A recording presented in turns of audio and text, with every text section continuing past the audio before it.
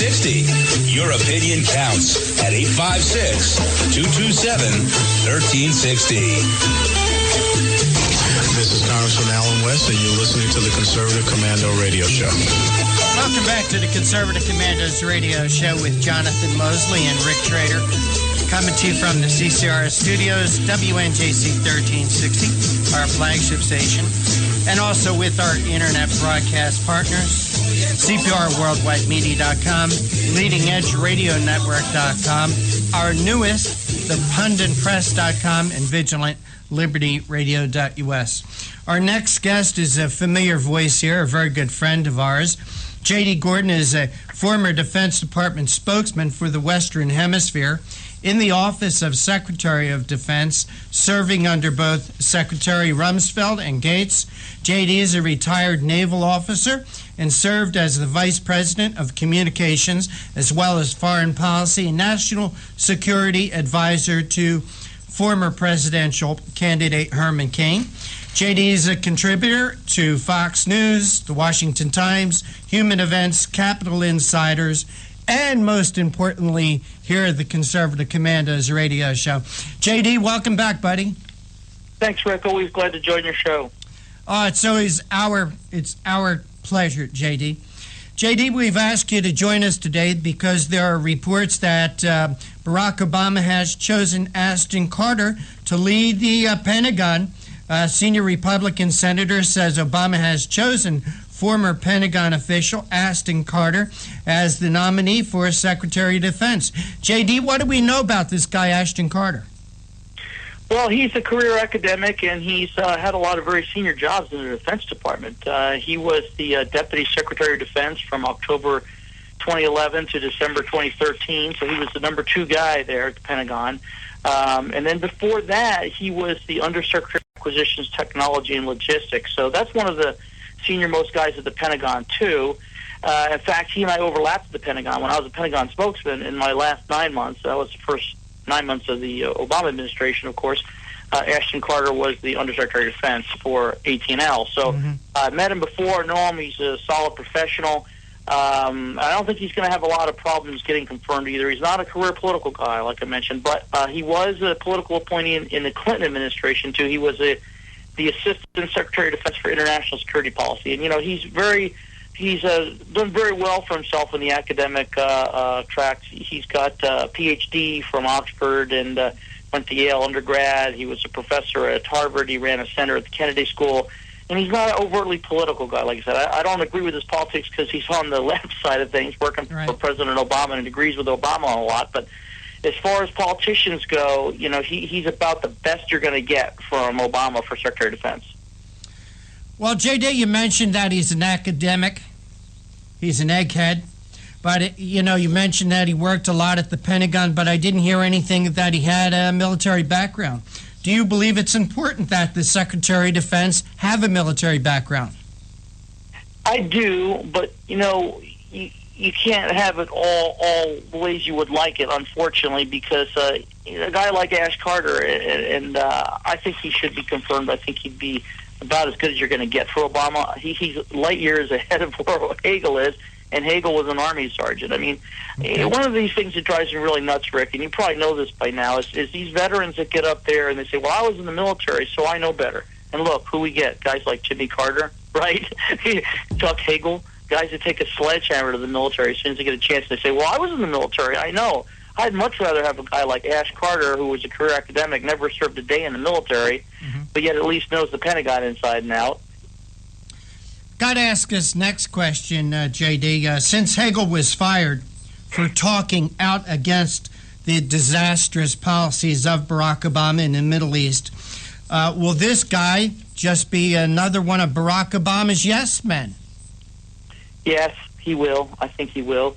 I think that he's not as controversial as Hagel because when Hagel was in the Senate, remember, he was very soft in Iran. He was very anti-Israel. He was one of the leaders of this Global Zero movement that wants to abolish nuclear weapons. Hey, wouldn't it be great if we all abolished nuclear weapons? I mean, I'm all for that. The problem is, we're not for that. So that means I can't be for it. Iran's not for that. So, I mean, it's laughable. It's laughable guys like Chuck Hagel trying to say that we shouldn't have any nuclear weapons in the world. I mean, if every country was like the United States or Canada, maybe we could get away with it. But that's not the world, and that's the kind of leader Hagel was. That's the kind of leader Obama still is. I think Ash Carter's going to be kind of a yes man. He's going to be kind of quiet, but he's only got less than 2 years now by the time he gets confirmed. And I think, though, by the other alternatives weren't very good either. I think Ash Carter is at least a professional. I know him, and a career academic, like I said. He does have the best interests of the country at heart, more so, I think, than President Obama. But, yeah, ultimately it's going to be whatever President Obama wants to do. Ash Carter's going to follow orders. Yeah.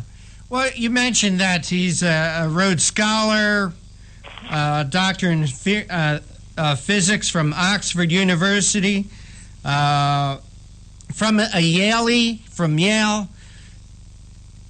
And what I'm getting at, JD, is these sound like the type of things that Barack Obama likes because he sees himself as one of those. And that's what troubles me. What troubles me, JD, is this guy, Obama, is all caught up in titles and education, all caught up in somebody agreeing with him. I don't necessarily think that's good for the country.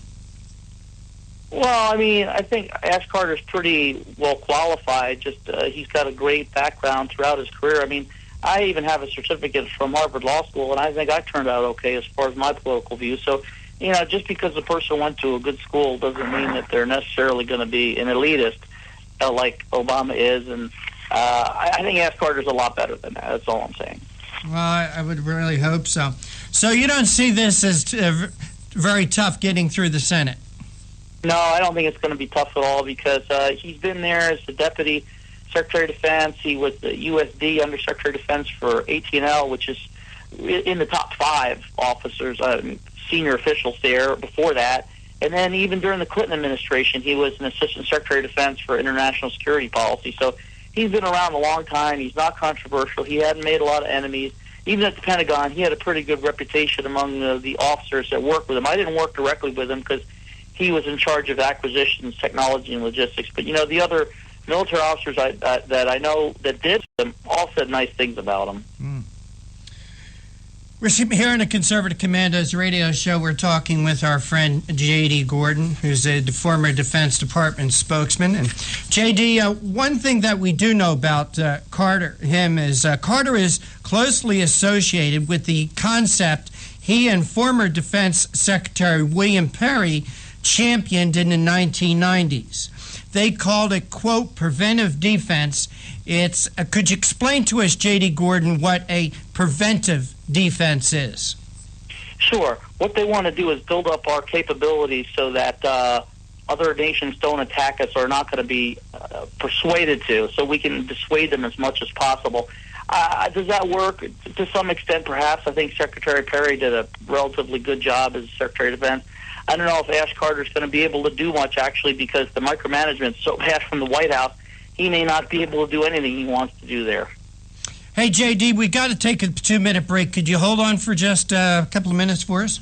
Sure. All right, you are listening to the Conservative Commandos radio show with Jonathan Mosley and Rick Trader coming to you from the CCRS studios. WNJC 1360 in Philadelphia, the way we do Monday through Friday from 3 to 5 p.m. Eastern. And around the world on the internet with our internet broadcast partners, CPRWorldwideMedia.com, LeadingEdgeRadioNetwork.com, ThePunditPress.com, our newest, and VigilantLibertyRadio.us. Also, check out our websites, ConservativeCommandosRadioshow.com and CCRShow.com for rebroadcast, as well as from your phone by calling 832-999-1199. Our guest this segment is J.D. Gordon, former Defense Department spokesman. This is the Taxpayer Minute, brought to you by Americans for Prosperity. New Jersey is known for a lot of things. Our shore, not pumping our own gas, our malls, the Jersey tomato, and the worst state to die in. New Jersey is behind the times when it comes to death taxes, as 31 states have neither an estate nor inheritance tax. New Jersey is only one of 2 states that have both of these arbitrary taxes on the books. This is just one more reason for our retired to move to another state so loved ones are not taxed on things they worked hard for their entire lives. Our farming communities would certainly be most affected by the elimination of the estate tax, instead of their next of kin being walloped with a tax bill they cannot afford. By eliminating the estate tax will allow them to pass down their large land holdings to their family and keep the property as farmland. Learn how to pressure our lawmakers to kill the death tax at taxpayerminute.com. Taxpayerminute.com. This has been the Taxpayer Minute, brought to you by Americans for Prosperity. Hi, this is Bob Vide, owner of Bob's Little Sports Shop in Glassboro, New Jersey. I've had the opportunity to travel in many foreign countries, and I've seen what happens to people when they lose their freedom. I wrote this poem. Give us freedom was the cry as they marched throughout the night. At Concord Bridge in Trenton, for freedom they would fight. To build a nation that would last with peace and liberty, it is a job that's never done if we are to be free. They wrote a declaration to announce that we are free, then a constitution for all the world to see. But this is ink on paper. We must make it last. It must always be defended, and that is quite a task. Today the battle rages for freedom in our land. To save our Constitution, we all must take a stand. We must stand up for freedom in our actions every day, and you can stand up with us. Join the NRA. This is Bob Viden of Bob's Little Sports Shop in Glassboro, New Jersey. You may call us at area code 856-881-7575 or visit us online at bobslittle.sportshop.com.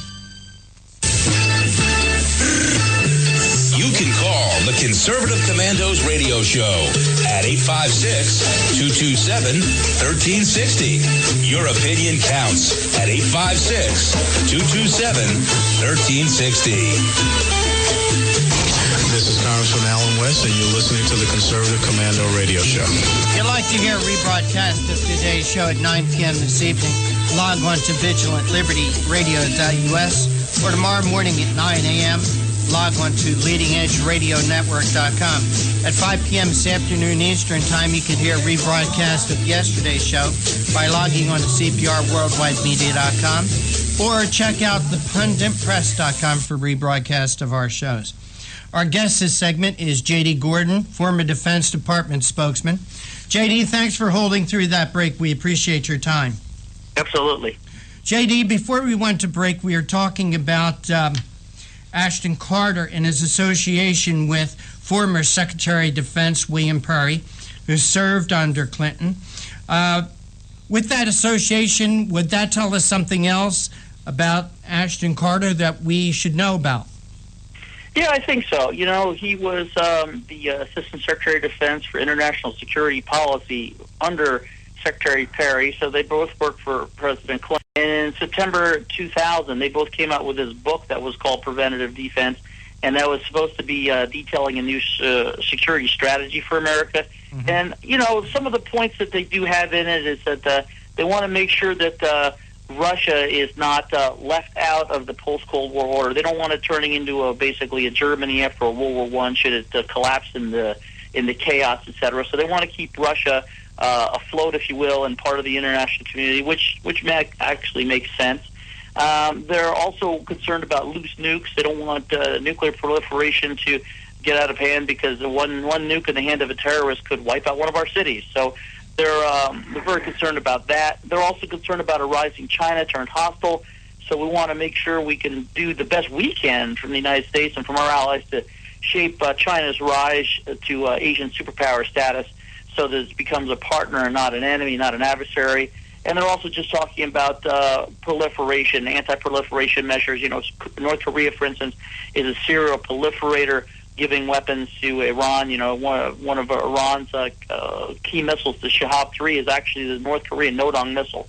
Same parts, North Koreans even built it for them in Iran after shipping them the components from North Korea. And then finally, terrorism. I mean, even before 9/11, these guys had written about the increase in scope and intensity of transnational terrorism. So I agree with their principles on it. We'll just see how much leeway he has to implement his policies under the micromanagement of President Obama and the White House staff.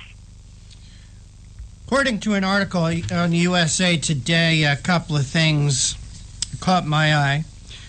One is Carter's view of U.S. defense priorities appear to fit well with the Obama agenda, including better minding of defensive partnerships in Asia and Pacific, as well as more attention to cyber defense and countering the spread of weapons of mass destruction. What caught my eye there, JD, is when it says that Carter's views of the U.S. defense priorities fit well with Obama's agenda. If this is true, that's